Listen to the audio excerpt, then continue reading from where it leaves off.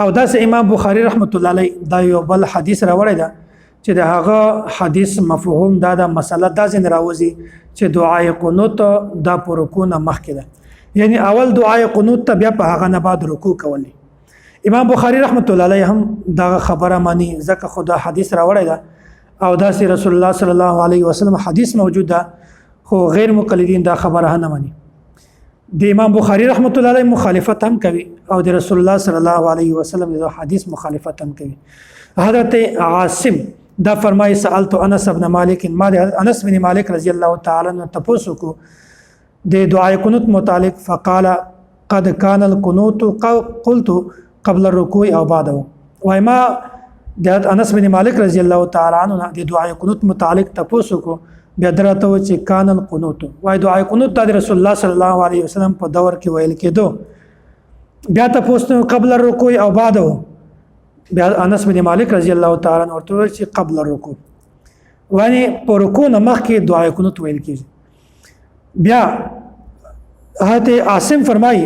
فإن فلانا أخبرني عنك أنك قلت بعد الركوع،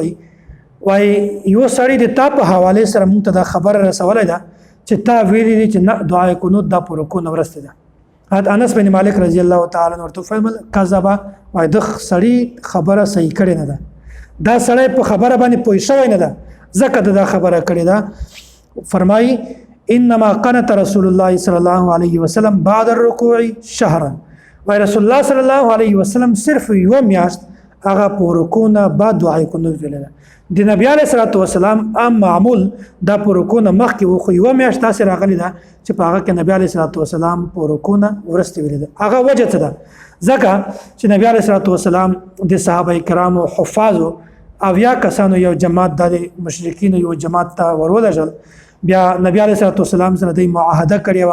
چې کله هغه ورغله بیا د معاهده خلاف ورزي وکړه، هغه ټول صحابه کرام شهیدان کړل، ټول شهیدان کړل. بیا نبی علیه الصلاه والسلام دغه د وعده خلاف ورزي د وجنه د دې په حق یو میاشت مستقل به دعا کوله. نبی علیه الصلاه والسلام په دغه وخت د یو میاشت کې چې کوم د دې خلاف به دعا کوله، په هغه وخت نبی علیه الصلاه والسلام په رکوع نه ورسته دعا قنوت ویل. نو د دینه دا خبره ثابتېږي چې امام بخاری رحمت الله علیه دا هم په رکوع نه مخکې د دعای قنوت دی ویلو قائل ده،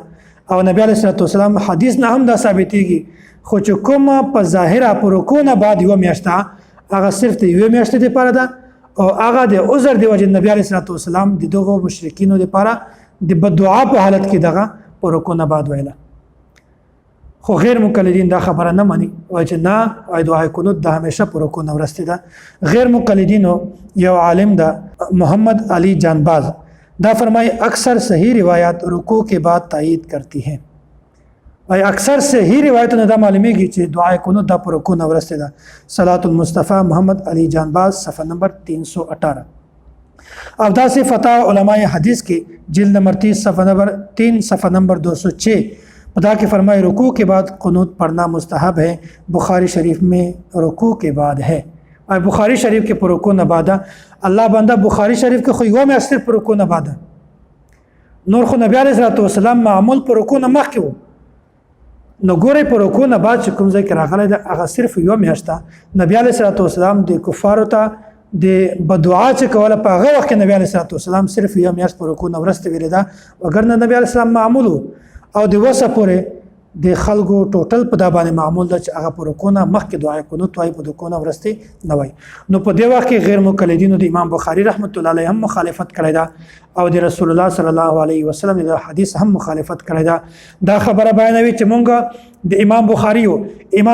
د مونږ چې کومه خبره کوو امام بخاری رحمت الله علیه د حدیث مطابق کوو، مخالف نه کوو، حالانکه په دغه وخت کې د امام بخاری هم مخالفت کړی ده او د نبی علیه الصلوۃ والسلام هم مخالفت